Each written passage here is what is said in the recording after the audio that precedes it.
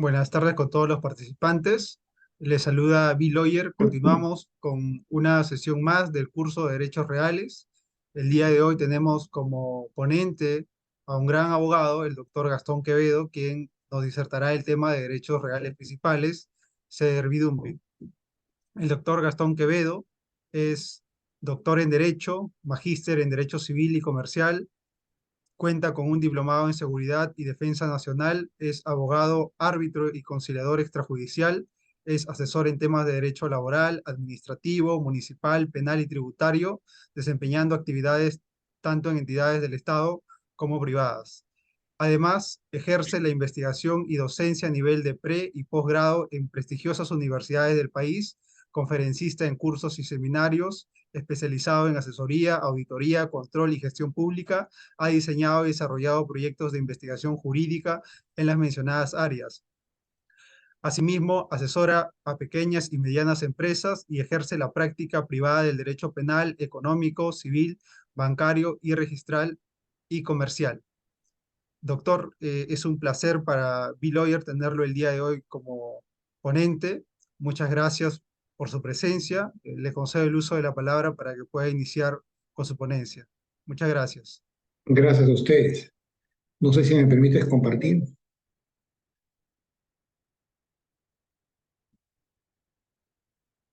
Bien, no sé si me permites compartir pantalla. Sí, sí, doctor, ya le concedí la facultad. Ok, muy bien. Bien, entonces, ¿cómo están? ¿Qué tal ustedes? Hola, doctor, ¿cómo estás? Muy buenas tardes, tardes aún. Muchas gracias. Siempre es un honor estar con ustedes, con Bill Lloyd, y los felicito porque hacen mucho por el derecho. Siempre es bueno la investigación. He visto que hay destacadísimos colegas en este tema que me conozco hace ya mucho tiempo. Y es un gusto, sobre todo, ser convocado siempre por ustedes. Para mí es un honor, cuenten siempre conmigo. Bien, entonces, como dicen los colegas, mi nombre es Gastón Jorge Quevedo Pereira, soy profesor principal en la Universidad Federal de Ciencias Aplicadas, soy aparte de doctor, abogado, también soy PhD en este caso y miembro de la Comisión Consultiva de Derecho Civil del Colegio de Abogados de Lima. Estas son mis direcciones, correcto, Facebook, LinkedIn y me registro así para lo que ustedes tienen conveniente. Bien, entonces nos encarga que nos ocupemos hoy de la servidumbre, ¿no? El campo del derecho, de los derechos reales principales. Entonces, con servidumbre hay una particularidad porque es una institución que es milenaria. No es una institución que es tan marquetera jurídicamente, por utilizar un término como, por ejemplo, el derecho de contratos o de repente la propiedad o la posesión en puridad. Es una institución, como dijimos, milenaria porque viene del derecho romano. Es más, muchas de sus instituciones, figuras, plazos, eh, partes, características se mantienen en la actualidad. Entonces vamos a ver nosotros cómo ha evolucionado esta etapa y vamos a ir primero una etapa como está en el programa de saberes previos, donde vamos a ocuparnos de la historia de la servidumbre para entenderlas bien, porque se parece un poquito a la superficie, pero su fruto, hay algunas diferencias en ese caso. ¿Qué pasa en la época romana? Porque en la época romana, como lo han dicho ya, es más o menos la génesis de todo lo que es el tema de las servidumbres, las fuentes, la clasificación y otros en esos tiempos. Es fundamental el tema de la doctrina, para entenderlo bien, nosotros vamos a ver las teorías que se dan, cómo no se dan. Vamos a recurrir en saberes previos al derecho comparado, o sea, qué pasa en otros países. Hemos consultado además de la etapa de clasificación, fuentes y otros, los códigos civiles mexicano, chileno, español y brasileño, en este caso ahora que está tan de moda Brasil, y vamos a ver cómo hay instituciones que de repente se parecen y no se parecen a nuestras servidumbres,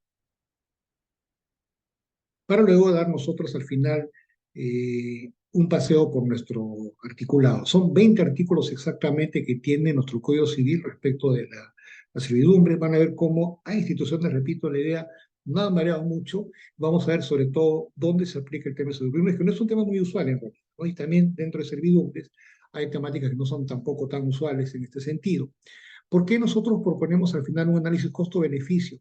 Porque en este caso, el costo-beneficio o la ganancia, como podemos decirlo así, no es tan aparente porque se establece en realidad una especie de, no digo sacrificio, pero sí más o menos una especie de sacrificio legal oficioso, porque una de las partes se somete para que por su titularidad puedan ampararse estos derechos de paso y demás que vamos a establecer en esta temática.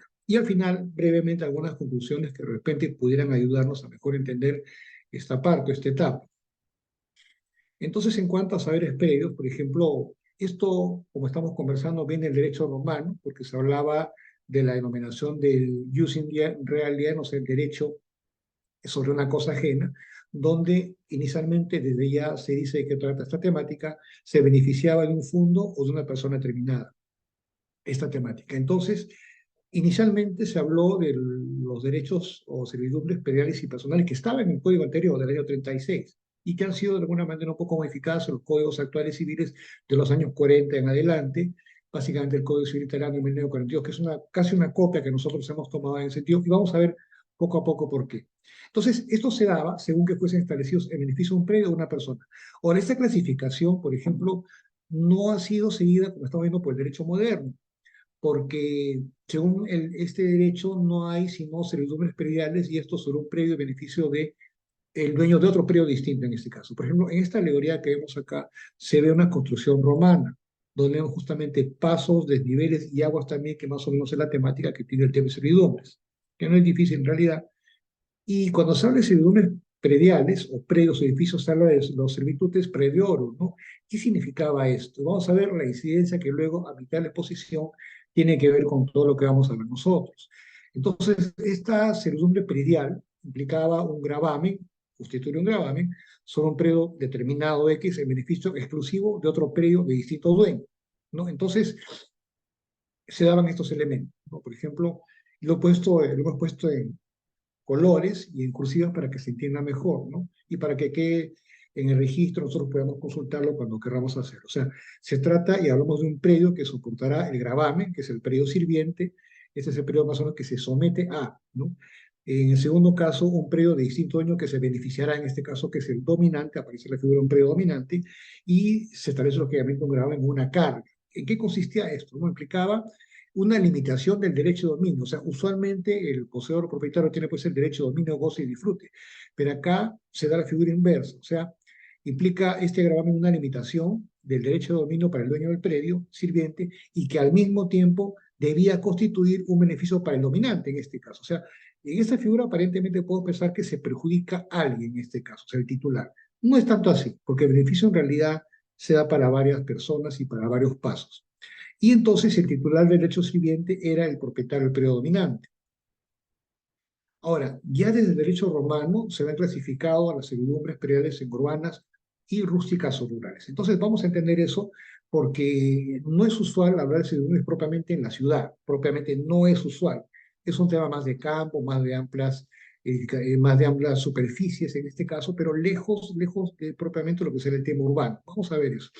Entonces, las primeras eran las que se establecían entre fondos urbanos, cerca de las ciudades, y por lo menos en beneficio de un predio urbano. Ahora, las otras eran las llamadas fondos rurales, donde al menos en beneficio de un fondo rural se establecía. Ahora, pero hay que darnos cuenta, hay que percibir de que para los efectos de esa clasificación se hablaba de fondo urbano, eh, una casa, un edificio o una finca, como era el nombre antiguo de los derechos reales, aun cuando estuviese en el campo, y por fondo rural todo terreno que no estaba edificado, lo que será actualmente un terreno eriazo en el Código Civil peruano y demás similares, ¿no? Cualquiera que fuera su situación. Entonces se dividían también estas servidumbres prediales en positivas y negativas, ¿no? Según el gravamen, o sea, la carga que consistiese en permitir una acción con abstenerse de algo, o sea, lo que sería una obligación de hacer y de no hacer. Ahora, siguiendo la etapa tradicional, porque esto es bastante antiguo, esta etapa es bastante antigua, otra clasificación tradicional de las servidumbres ha sido la de las continuas y discontinuas. Vamos a verlo también en unos minutos más, aparentes, inaparentes, ¿no? Y las continuas implicaban pues una acción continuada, o de repente acaso una inacción, un dejar de hacer, sin necesidad de un hecho actual del hombre para que se ejerza. O sea, el hombre de repente no intervenía en este caso, simplemente se pactaba, ¿no? Ahora, discontinuas, las que necesitan para su ejercicio ya de un hacer positivo del hombre en este caso, ¿no? Y aparentes, las que se manifiestan por señales exteriores o permanentes, inaparentes, bueno, las que no estén tan tales, o sea, las que se ven y de repente las que no se ven. Ahora, como estamos buscando ejemplos de servidumbres prediales en la época romana, y más o menos podríamos decir que en esos tiempos, y se ha mantenido de alguna manera, vamos a verlo, las servidumbres de pasaje o de tránsito, ¿no? Que consistían más o menos en el derecho de transitar sobre el predio sirviente para beneficio del predio dominante en este caso, ¿no? O sea, para pasar, no en los mejores términos. La de acueducto o derecho de conducir el agua a través del predio sirviente para llevarla al predio dominante, en este caso, la de aquaque, furiendo es latín, o derecho a tomar el agua del pozo de la fuente del predio sirviente para beneficiar al predio dominante, y la de aquae educan, o derecho de hacer o pasar al predio sirviente el agua que sale del predio dominante. En todos los casos podemos hablar de derechos de paso. Acá en este gráfico, por ejemplo, vemos nosotros el paso de agua, ¿correcto? Ahora, como ejemplo de servidumbres urbanas podemos, por ejemplo, citar, esto en latín, el ius tingui imminenti, o el derecho de introducir vigas, se construían vigas en la pared del predio sirviente, ¿no? Ahora, el ius on referendi, o el derecho de hacer descansar una edificación sobre el muro del predio sirviente. Más o menos esto puede significar un segundo piso, un segundo nivel de construcción aparente. Ahora, el ius altius non tolendi más o menos, o era el derecho de que no se levante la construcción del predio sirviente para no perjudicar la vista de luz del predio dominante. Modernamente esto pues dará lugar a los interdictos. Por ejemplo, en términos actuales, hagamos un viaje ya a la actualidad, 2000 años después, un poquito más, donde por ejemplo alguien construye un piso delante de nuestro y nos oculta la visión. Entonces nosotros le ponemos un interdicto, ¿correcto? De retener, obra nueva, según como sea, y antes, y, por ejemplo, una acción ante el municipio. Entonces las acciones en ese caso, por ejemplo, eran sobre todo de negociación y actualmente, haciendo un viaje 2000 años después, ya son propiamente judiciales en este tema. Entonces, el ius fluminis recipiente, derecho de que el predio sirviente reciba las aguas o lluvia, o de lluvias que caen, por ejemplo, el predio dominante. ¿Cómo se constituían estas reuniones prediales en este caso? Entonces, acá, por ejemplo, vemos a algunos romanos negociando y podemos decir que de manera general y después de un proceso evolutivo, en una gran armonía con el progreso del derecho, ya poco a poco comienzan a cambiar las figuras, llegó a admitirse que las servidumbres pudieran constituirse por medios semejantes a los que servían para adquirir el dominio. Entonces, esta evolución, miren, se culminó más o menos bajo Justiniano, donde se consagraron, por ejemplo, algunos medios.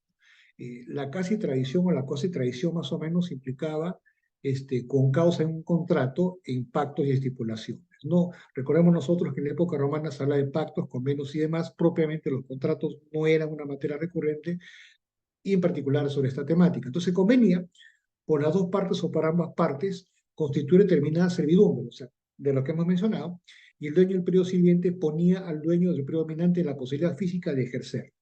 Entonces, más o menos significaba la entrega o tradición de derechos humanos, o sea, una quasi tradito. Recuerden que la tradición es una forma de adquirir cosas o bienes en la época romana y era por eso la temática en aquellos tiempos. Ahora, ¿se puede reservar una servidumbre? Sí. Entonces, la reserva de la determinada servidumbre se daba con una persona enajenada un predio a favor de otra, en este caso. Y este enajenante podía reservar sobre el predio enajenado determinadas servidumbres, de pasos, de aguas o lo que fuere, para el beneficio de otro predio en el cual fuese su predio, ¿no? Y esto sea pues por testamento o por usucapión, que era lo que modernamente se conoce pues como la prescripción adquisitiva, la usucapia.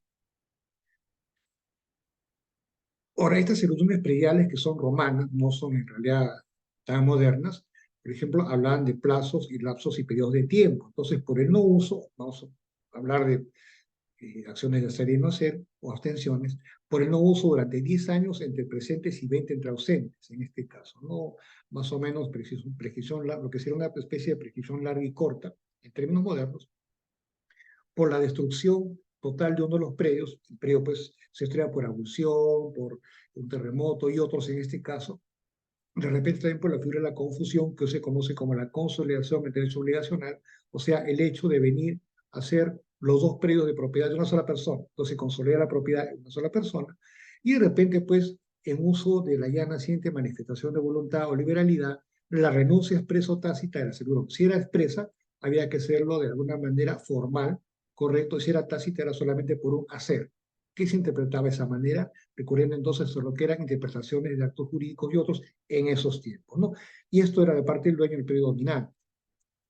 En cuanto a servidumbre personales, nosotros conforme estamos viendo, por ejemplo, eran el usufructo, era el uso de la habitación y otros en ese caso. Ahora, en el usufructo, vamos a hablar brevemente de este punto.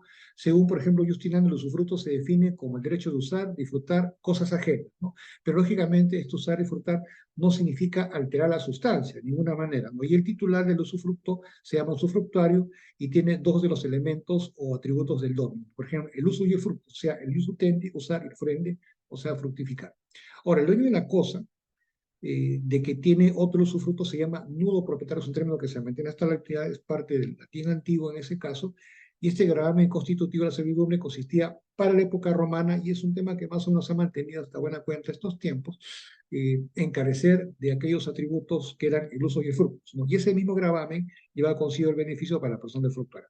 O sea, ¿para quién? Para el titular de este derecho de servidumbre personal en esos tiempos, ¿no? Entonces, concluyendo esta etapa, el usufructo se extinguía o se constituía, perdón, por los mismos medios de constitución de la servidumbre predial y se extinguía, como vamos a ver acá, por varios puntos, ¿no? Por ejemplo, por la muerte de los usufructuarios, lógicamente el acto jurídico ya no tenía razón de ser, como que era un derecho inherente a su persona y sobre todo era intuito personal, o sea, era intransmisible a los herederos.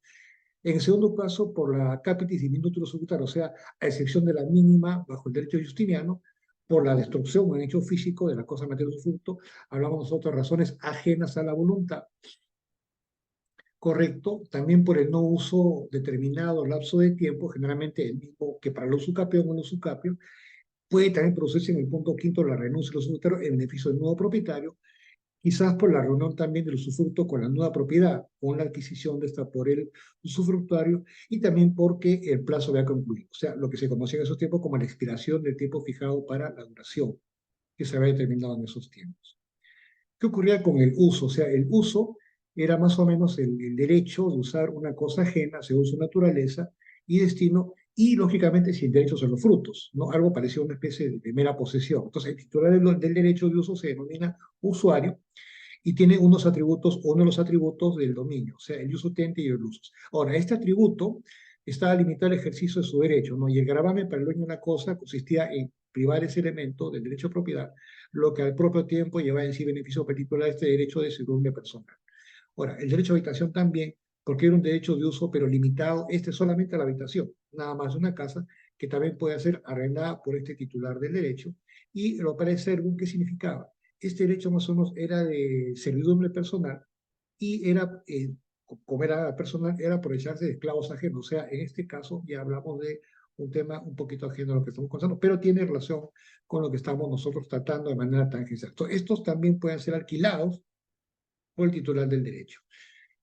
En cuanto a los llamados derechos reales pretorianos, por ejemplo, hablamos de la superficie, del ius in agro verticales. La superficie, por ejemplo, se entendía naturalmente extendida a la superficie del suelo, cubierto de pelificación, de ahí el nombre que recibió en este tema, y la ius in agro verticales más o menos hablaba del arrendamiento a perpetuidad. Era bastante particular porque el arrendamiento ya más o menos en la década de 1700, 1800, perdón, esos siglos, ya no era perpetuo. En esos tiempos el arrendamiento sí era perpetuo. Recuerden que el negocio operando no puede ser más allá de 10 años en términos propiamente modernos.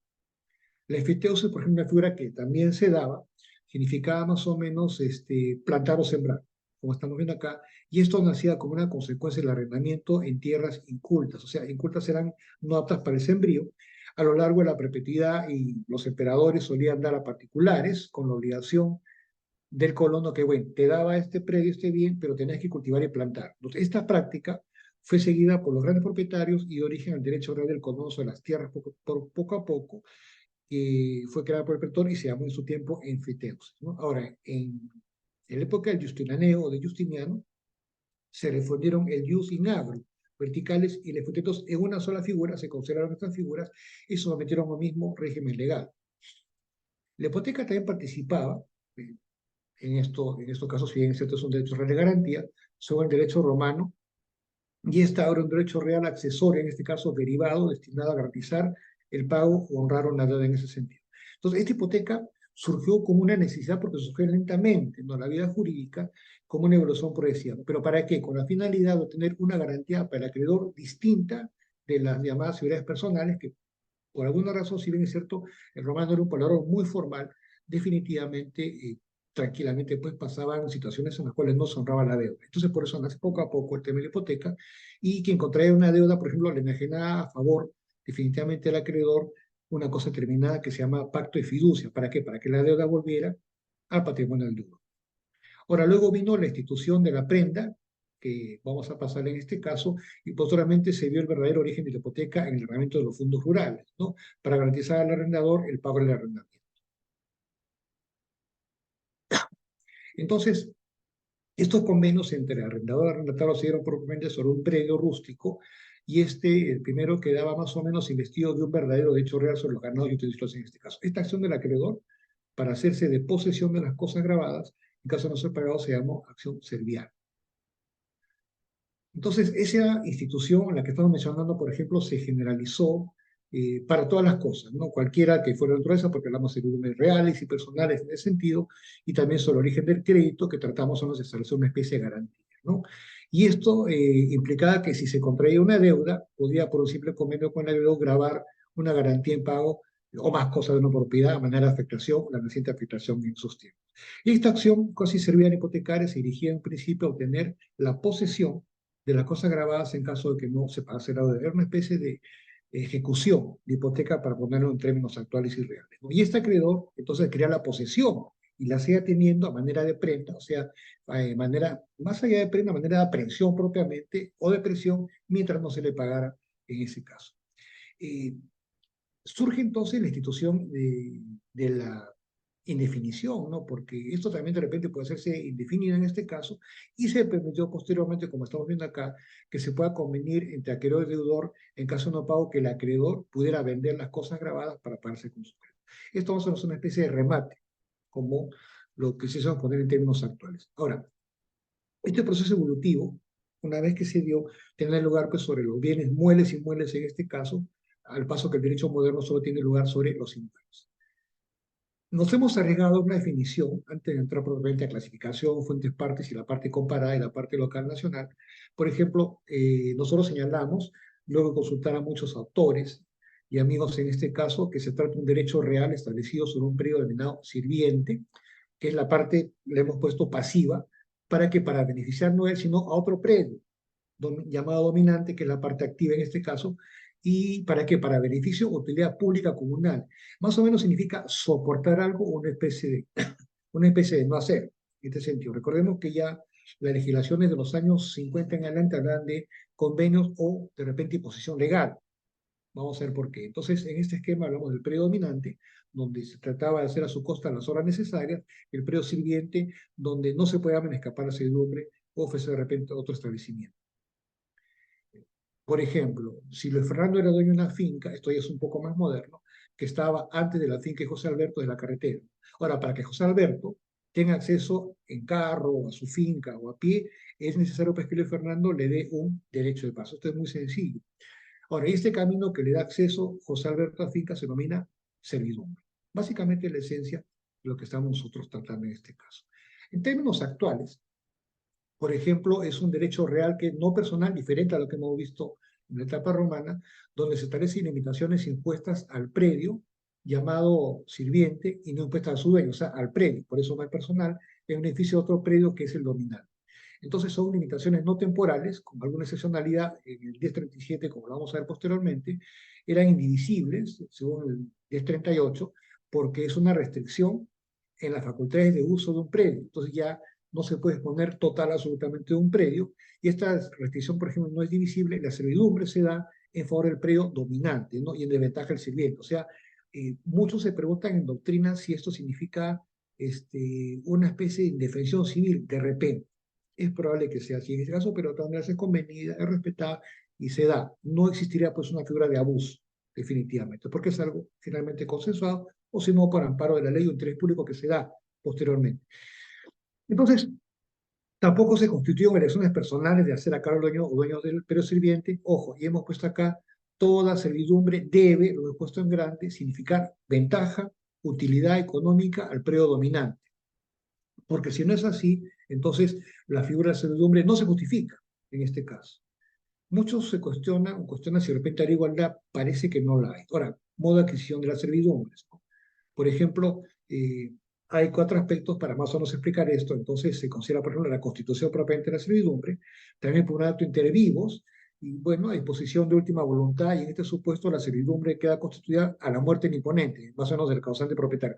Esta figura no es en realidad muy frecuente, ¿no? Pero bueno, se ha entendido que se establecieron diferentes códigos que se da propiamente para que sea o se entienda que es una posibilidad que podría de alguna manera. Ahora, por disposición expresa de la ley, aquí, por ejemplo, el propietario del periodo siguiente debe cumplir con la prestación que la norma le impone. Ahora, como les decía, esta prestación no solamente es comisional, puede ser judicial, pues judicial ordena esto, civil, minera, agraria, hablamos de campo, como ven ustedes, no propiamente de la zona urbana, y esto más o menos es de orden público, ¿correcto? O sea, el orden público se impone en estos casos, ¿no? Entonces, por prescripción, el artículo 1040 más o menos significa que las servidumbre aparentes, o sea, solamente las que se pueden ver, definitivamente.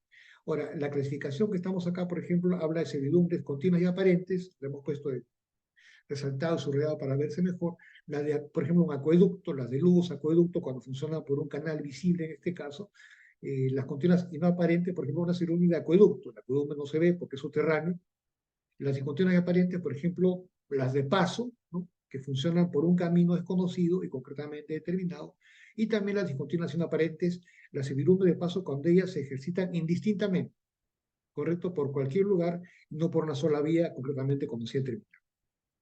Y esto lo vamos a ver en los diferentes códigos que vamos a visitar en estos casos. Entonces, en derecho romano, antiguo, las servidumbres que ocurrieron en la etapa romana eran consideradas en forma típica y realmente no abstracta, ¿no? O sea, como una especie de utilidades concretas de un predio a favor de otro predio, en este caso, ¿no? Y eso es parte de la teoría general que se ha dado hasta el momento en este caso. Y hemos dicho ya que los romanos hablaban de la servidumbre tanto predial como personal, cosa que ya se superan los códigos actuales en este caso. Roma consideró que el gravamen un impuesto por una servidumbre podía consistir solamente en una obligación para el predio siguiente de dejar de hacer, ¿no? En un de no hacer algo en su predio, lo que actualmente no se conoce como la clasificación de servidumbres positivas o negativas respectivamente en este caso. Este, Creemos también que los derechos reales, por ejemplo, sufrieron una especie, una suerte de desmembración en esta figura del derecho a propiedad y se establece sobre la cosa ajena. Vamos a ver luego de qué ocurre esto. ¿Qué pasó en la Edad Media? Estamos haciendo un viaje en diferentes estadios para ver cómo se dio este tema. Entonces, en el derecho intermedio más o menos se agregan las servidumbres personales romanas, varios tipos de sumisión de persona a persona. Por ejemplo, se ponía término a los tipos de sumisión de persona a persona y se excluían las servidumbre personales de derechos reales y su fruto y uso de manera inmemorial. Entonces, ¿qué pasó? La llamada servidumbre personal, subsistió como un derecho real consistente en un servicio de un predio a favor de una persona o grupo de personas, o varias. Entonces, los códigos civiles napoleónicos, que son los códigos que han llegado pues, a América y Europa, y en realidad todo el mundo mantuvieron la concepción napoleónica de las servidumbre personales, poco a poco. No eran los códigos con los códigos anteriores, y eso porque los legisladores modernos reconocieron diferencias sustanciales entre la servidumbre y los derechos de usufructo o su habitación propiamente en este caso. Entonces, el único elemento común en lo que entre todo lo mencionado es que más o menos se trata de derechos sobre cosas ajenas, ¿no? Y esto más o menos no es un criterio suficiente para catalogarlos como análogos, ¿no? Pero era así un rasgo que nos permite diferenciarlos mayormente en este tema. El common law, el derecho sajón, estamos haciendo un viaje por diferentes tipos de ordenamiento o sistemas. En este caso, el common law, por ejemplo, difiere en aspectos sustanciales con el sistema continental. O sea, siempre nos hemos diferenciado el common law. El sistema de derecho consuetudinario considera pues la propiedad sobre inmuebles como un cúmulo de intereses concretos sobre el mismo. Entonces, y acá la ley es de cada estado, porque Estados Unidos, recordemos, si bien es cierto es una zona muy urbana, tiene extensas zonas de llanura. Entonces, ahí sí es aplicable con mayor realidad esto. Recordemos que en el caso peruano, el suelo peruano no es tan operable, tiene que ser solo transformado para ser cultivable y otros en este caso. Entonces, este real interés más o menos concordante con la teoría obligacionista o personalista en el common law, porque hablamos ya de los intereses, que es un tema real en todo caso, ¿no? Estos intereses se daban de esta manera. Entonces, el derecho americano, por ejemplo, estaba en estas instituciones. Hay un gráfico que vamos a ver después, por ejemplo, hablamos de los ISME, más o menos, o los Real Commons. Los ISME, más o menos, significa la comodidad, no propiamente eso. Si entendamos que, por ejemplo, para el derecho americano, norteamericano, sajón, lo que nosotros llamamos sinónimos, ellos llaman comodidad en este caso, ¿no? Y estas figuras tienen el mismo objetivo, de limitar derechos de un predio a beneficio de otro. Sus diferencias, más o menos, se refieren a una más o menos mayor o menor flexibilidad para los objetivos en este caso. Entonces, en los inicios se establecieron, por ejemplo, dos clases en derecho sajón de servidumbre, ¿no? Los cismen, uppermen, más o menos, o sea, más o menos las comodidades aparentes que se dan, y más o menos es el derecho de usar en forma específica un predio ajeno en favor del dueño de otro, ¿no? Y los diminishing gross. Entonces, ¿qué significa? En esas el derecho a usar la finca ajena se concede a una persona en forma independiente de si es dueño o no de otro predio, para darle en este caso una mayor flexibilidad. Por ejemplo, tenemos en derecho sajón nosotros los cismen negativa en la firma. Por ejemplo, acá vemos nosotros lo que estaba en la figura en un gráfico, el derecho de paso, correcto. Acá nosotros del camino hablamos de no predio, sino ellos dicen parcela, parcela dominante A, parcela sirviente B, ¿no? Por ejemplo, en el aspecto de la firma que nosotros podemos decir que hablamos de que el poseedor es más o menos, traduciendo para no, porque el derecho americano es un poquito interpretativo, el poseedor de la comodidad puede hacer algo en la vivienda del predio sirviente. En cambio, en el aspecto negativo, como estamos viendo acá, la literatura jurídica americana no es tan diferente.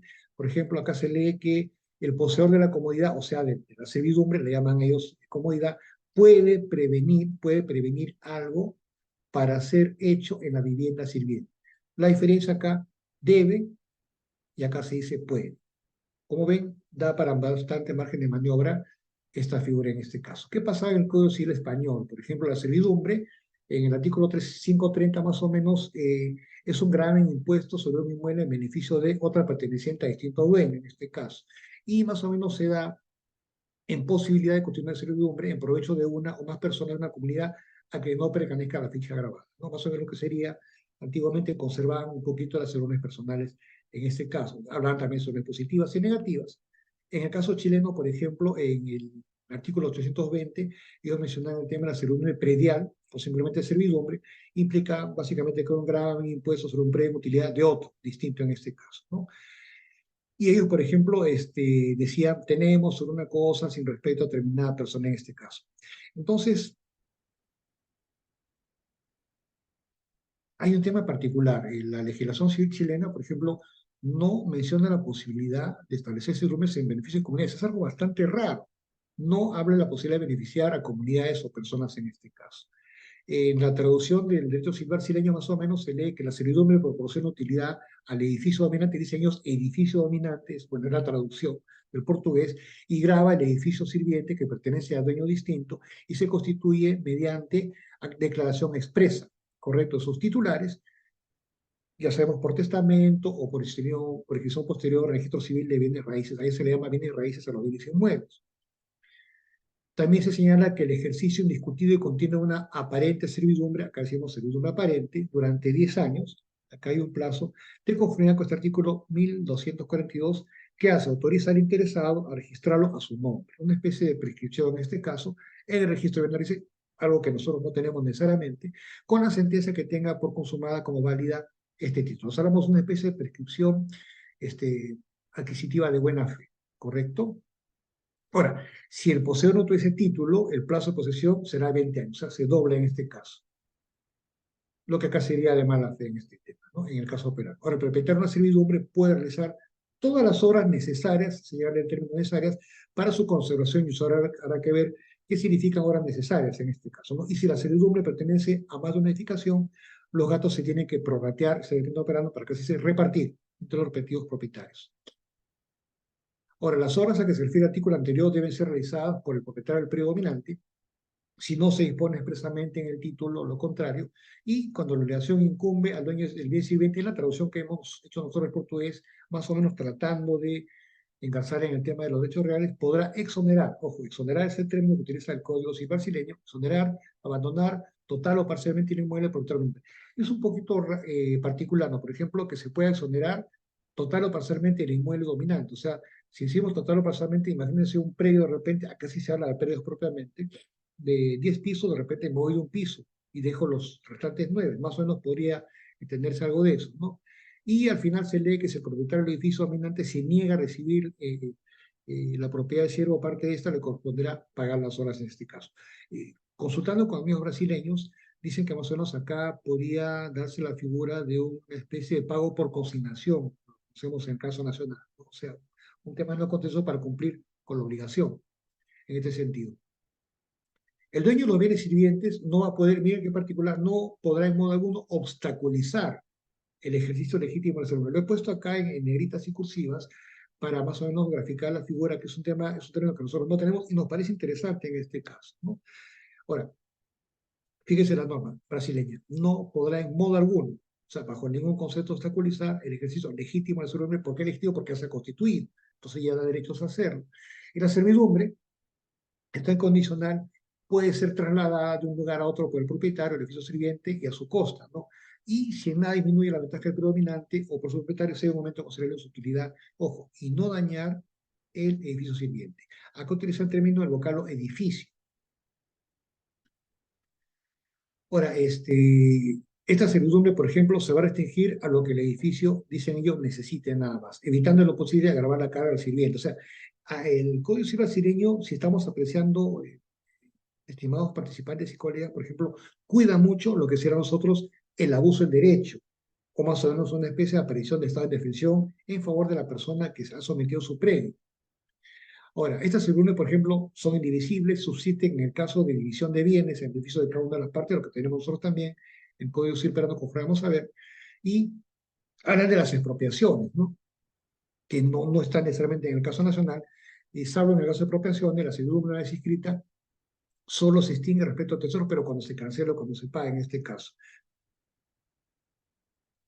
Ahora, el propietario del edificio sirviente, por ejemplo, tiene derecho por la vía judicial a cancelar la inscripción y que el propietario del edificio dominante se oponga a él, ¿no? ¿Cuándo se da? Cuando el titular haya renunciado a la servidumbre, cuando para el edificio dominante haya cesado la utilidad o conveniencia que determina la constitución de la servidumbre, y en el tercer aspecto, cuando el propietario del edificio sirviente rescata la servidumbre. Entonces, más o menos rescata la servidumbre, vamos a entenderlo así, cuando toma posición nuevamente.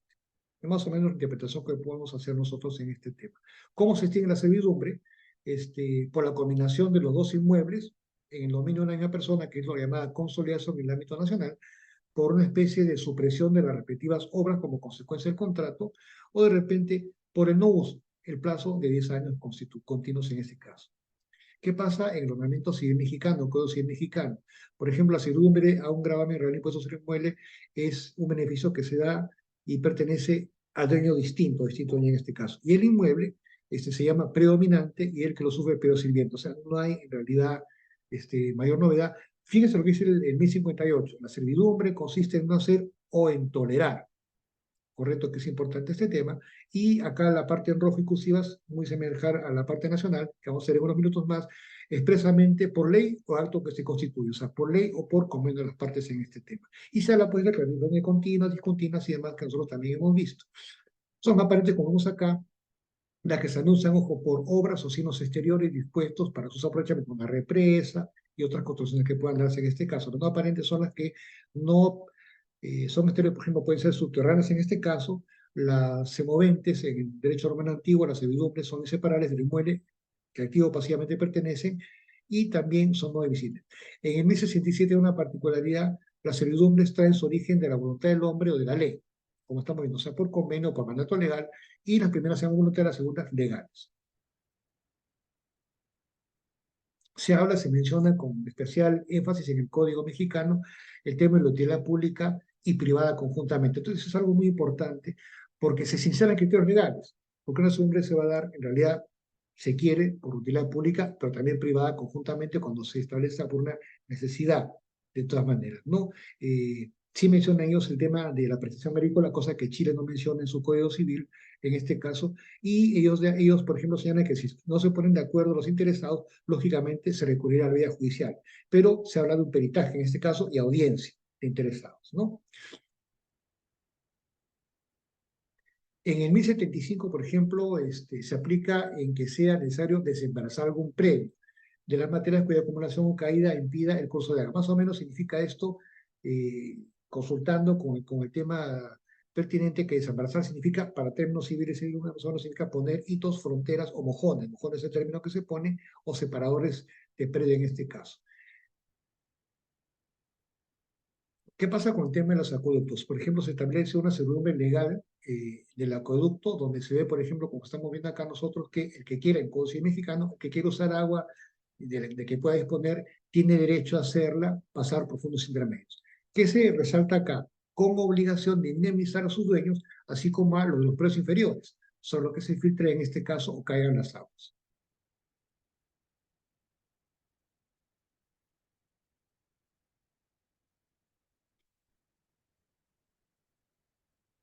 Siempre es la particularidad de los códigos tanto civiles brasileños como mexicanos que se trata de proteger a la parte que está con el predio sometido. Por ejemplo, fíjese, el que pretende usar el derecho consignado al artículo anterior tiene que acreditar que dicho paso es el menos oneroso para los predios por donde debe pasar el agua. Qué importante es esto en este sentido, porque se está buscando evitar algún estado de indefensión que pueda darse en el establecimiento de las servidumbres, propiamente.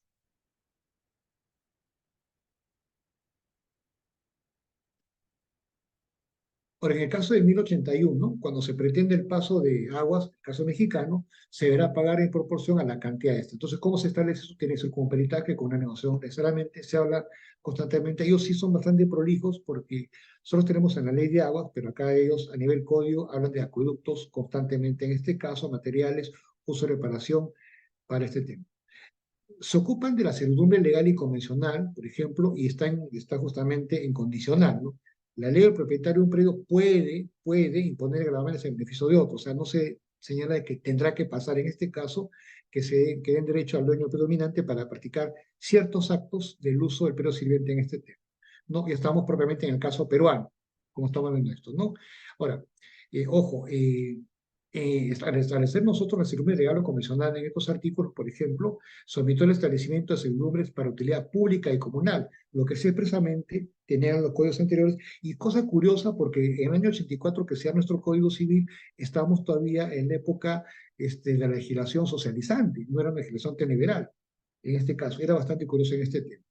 Por ejemplo, si hay dos predios superpuestos, más o menos A y B, en el predio A existe una toma de agua y un canal que conduce una cantidad de agua que nos lleva al fondo B, y los fondos que se encuentran en planos bajos superiores, la servidumbre consistirá en qué? En dejar pasar el agua o la sequía de agua, pero que utilicen los otros predios, o sea, para que se beneficien otros predios, ¿no?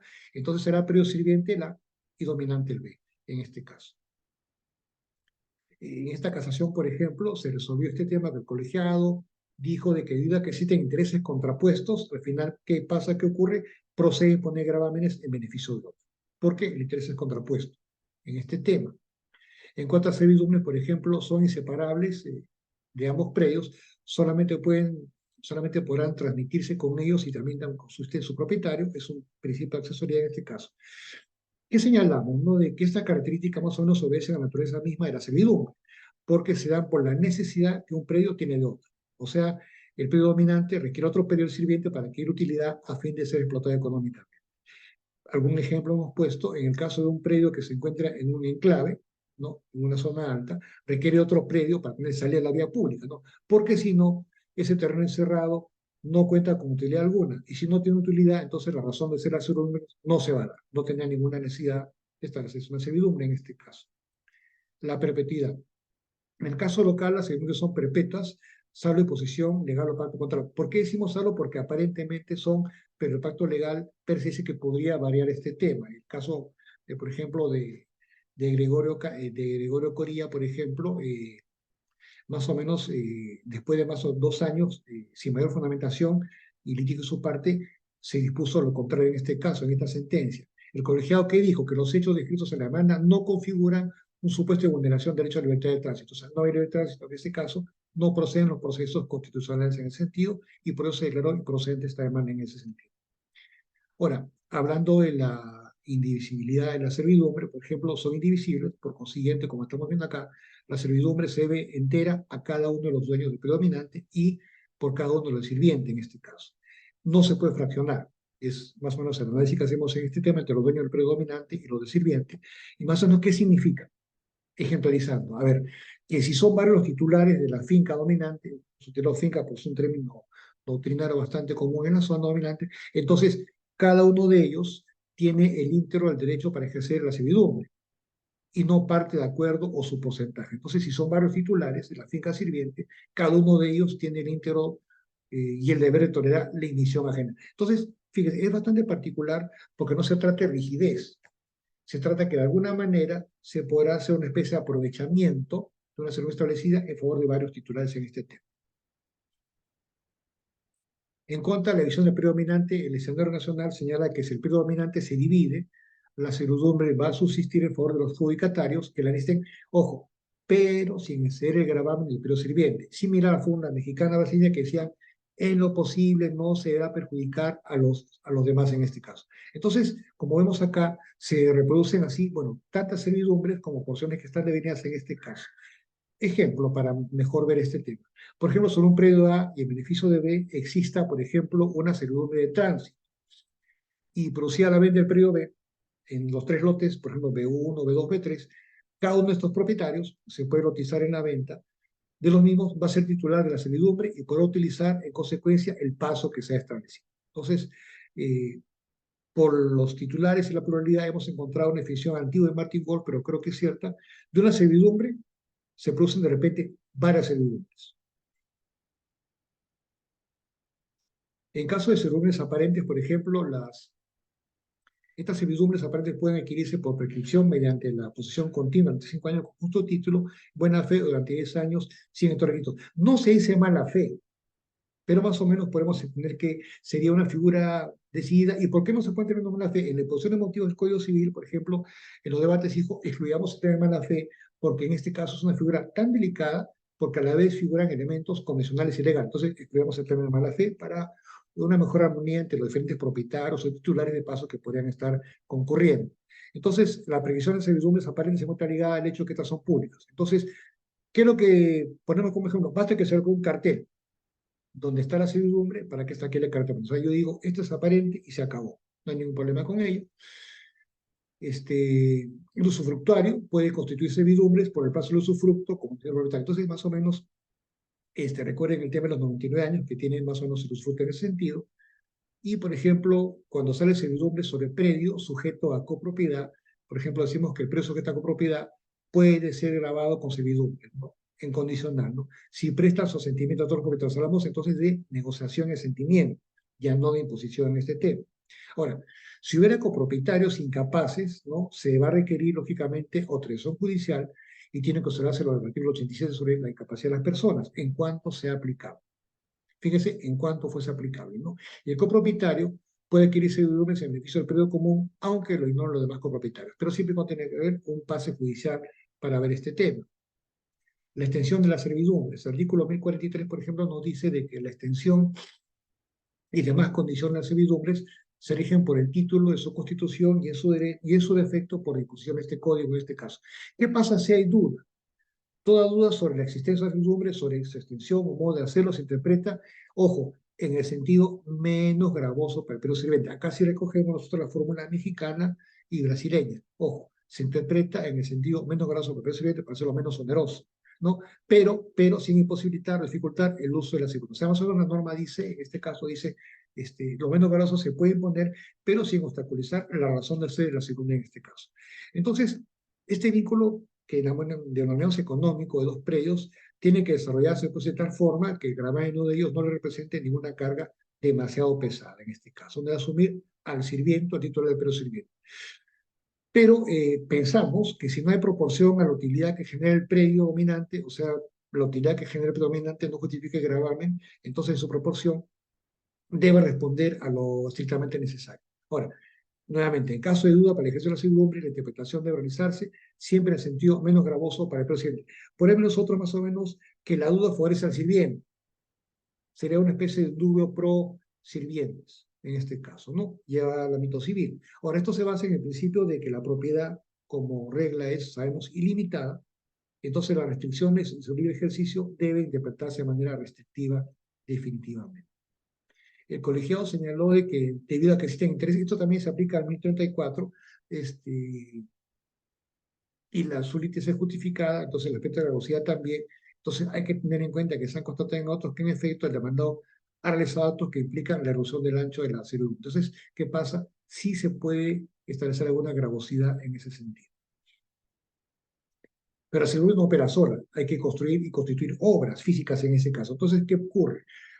Acá se hay un vacío, a falta de disposición legal o parte contraria, el propietario del predio dominante hará a su costo las obras requeridas para el ejercicio de la servidumbre en el tiempo y forma que sean de menor incomodidad para el propietario presirviente. Y podemos nosotros analizar este artículo señalando que es una facultad del propietario dominante en caso no hubiera acuerdo celebrado. Ahora, ¿cómo se determina y qué significa menor incomodidad? Si la incomodidad es tal, entonces será mayor o menor, pero incomoda al fin y al cabo. Entonces, Acá sí no se tiene exactamente, pero usted tiene que ser parte de una negociación o interpretación interpartes para que todo sea en menor o en mejor nivel de apreciación y entendimiento. Entonces la servidumbre se considera por el uso de una persona extraña si lo hace en consideración al dominante. O sea, tiene que haber un tema de formas en este sentido. Y este artículo guarda coherencia con la naturaleza jurídica de la servidumbre, porque si bien es cierto, se impone una utilidad en un predio en beneficio de otros, el término persona extraña, por ejemplo, se refiere a aquellas personas que no tienen vínculo jurídico con el dominante.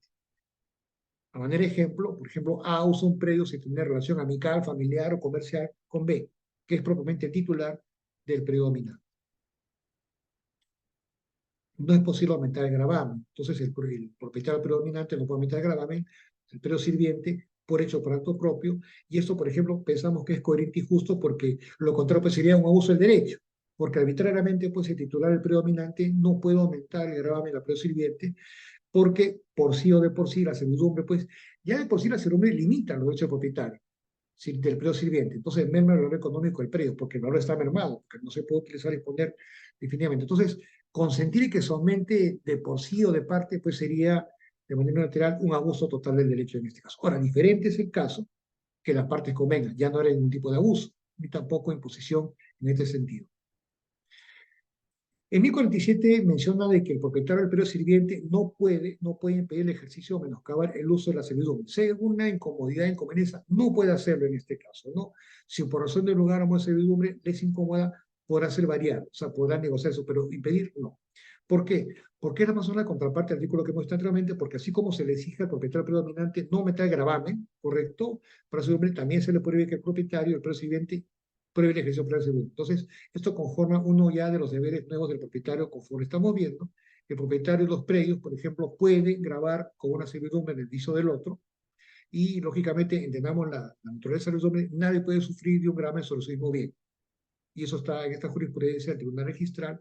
Y, por ejemplo, ¿qué pasa cuando se destruye el edificio? No se dice edificio propiamente, no, la servidumbre se extingue por total, voluntario. Entendamos que edificio es un término más o menos doctrinario, ¿correcto? De cualquier otro edificio dominante o sirviente sin mengo de los retiros al suelo, ¿no? Pero repite también por la reedificación siempre que pueda hacerse un uso de ellos. Y en el segundo caso, por ejemplo, no existe ninguna duda de la solución otorgada que es la más adecuada, pues se debe a un hecho fortuito, ¿no? Nadie sabe por qué se destruye en este caso, ¿no? Ahora, si ya es por voluntad de las partes, entonces algunos autores señalan de que la mala fe tenía que probarse en este caso, ¿no? Si se destruye, pues, abiertamente. En el caso de la abulsión, por ejemplo, puede perderse físicamente un predio si se produce una evolución masiva, tremenda, sobre todo, por ejemplo, en época de enero, febrero, marzo, donde en la sierra central de Lima se producen deslizamientos, que es lo más usual, también en el norte del Perú, estamos cerca de ello, y en el supuesto de que sea constituida una servidumbre, en esta parte del predio que se extingue, deberá entenderse que se extingue con él la servidumbre, porque no hay ninguna posibilidad de uso, ¿correcto? Entonces transporta un predio de un sitio a otro. ¿Qué pasa con el no uso? Como estamos viendo ya más o menos se sigue la tónica similar, pero acá se dice no uso durante 5 años, se extingue en este caso la servidumbre, y el cómputo comienza desde el día en que se ha dejado usar. El tema es la prueba, en este caso. Ahora, además, servidumbre legal de paso, por ejemplo, implica que se establece beneficio de los predios, que no tengan salida a otros caminos públicos, y el propietario de un inmueble, por ejemplo, privado de comunicación, puede solicitar una servidumbre legal en este caso. Entonces, se hace una salida vía pública, la servidumbre del artículo es onerosa y cuando hay una valorización tiene también que tenerse en cuenta los posibles daños y perjuicios que puedan darse en ese sentido y también evitar el lucro. El paso gratuito, por ejemplo, requiere de repente un acuerdo en este caso. Entonces también hablamos de la autonomía de la voluntad de las partes para que se adquiera gratuitamente este derecho, correcto, y en caso del camino, según una razón, por ejemplo, en el ámbito del camino se fija, ojo, acá el código es muy sabio según las circunstancias, sobre todo las circunstancias geográficas del inmueble en este tema. A manera de conclusiones, ya estamos concluyendo, hemos formulado 6 puntos. Por ejemplo, estamos viendo que las servidumbres en sus inicios fueron personales, rituales y dogmáticas. Hoy en día no tomaron el lado urbano de su posibilidad de uso por factores tradicionales geográficos. O sea, se refieren en realidad más al aspecto del campo, sin dejar de lado el aspecto urbano, necesariamente. Las nuevas tendencias, como estamos viendo acá, apreciadas permiten salidas, soluciones y flexibilidad a esas fórmulas inicialmente establecidas, ¿no? Y eso es más o menos la marca, que es la doctrina, y también el aspecto negocial que se puede establecer. decimos que los campos públicos, los privados, las limitaciones y la autonomía de la voluntad coexisten en esta institución casi en toda su estructura, al igual que la instrucción del propio titular. ¿Por qué? Porque el usufructo, dado que el usufructo otorga el pleno goce de la cosa ajena, en diferencia, y la servidumbre confiere un goce limitado propiamente. Vemos también que coexisten los titulares, los preos sirvientes, dominantes o inclusive los terceros, y esto lo hemos recogido del reglamento chileno. Por ejemplo, se olvidó el tema de la biodiversidad. La biodiversidad, por ejemplo, la naturaleza, el tema medioambiental, debe tener en consideración nuestra legislación una necesaria revisión por la aparición de ¿qué? Indicadores, tratados internacionales, corrientes conservacionistas y similares también. Podemos finalizar diciendo de que se trata del establecimiento finalmente concordado entre el titular del predominante, el periodo sirviente, que dará lugar a una titularidad de paso excepcional, ¿correcto? Es excepcional, temporal y en términos reales, bueno, casi indefinida, por intereses que de inicio pueden ser ajenos por lo menos una de las partes del ponente. Quería mencionarles, por ejemplo, este libro que es compilación, que con Mario Solís, nuestro amigo, lo escribimos con Mario Castillo Freire, con Enrique Barsi, con Pascual Alferillo, con Emilio Valareso, con Henry Huanco, Gilberto Mendoza, José Carlos Taboada, Julio Pozo, Francesca Benatti. Es un libro que está en circulación y de repente conversamos con Mario para que nos pueda hacer llegar algunos ejemplares en este sentido, ¿sí? Bueno, la, nuestra participación ha concluido. Bueno, un gusto y muchas gracias por convocarnos siempre a su servicio en todo lo que ustedes tienen conveniente. Muchas gracias. Bendiciones, un abrazo. Doctor, buenas noches. Muchas gracias por su ponencia, ha sido bastante clara. Y quería comunicarle que hay una pregunta de un participante, si la puede resolver, por favor. A ver, no la vi. Se la leo o usted Ya, mismo la... Ya. a ver. Doc- Doctor Quevedo, buenas noches. Si mi propiedad está rodeada por otras propiedades vecinas y sin embargo no tengo acceso a la calle, que es vía pública, por lo que establezco con los vecinos una servidumbre de paso y que me otorguen un camino o pasaje sobre sus tierras para tener salida a la vía pública. En este caso, de servidumbre de paso, ¿sería legal o convencional? Gracias. Si no se ponen de acuerdo, ya tendría que ser legal, ¿no? Como tú mismo lo dices, si es que se establece, será convencional, pero si no se ponen de acuerdo, y estos problemas son muy complicados, tendría que ser legal porque tendría que ser judicial, efectivamente, la salida. Yo lo veo así.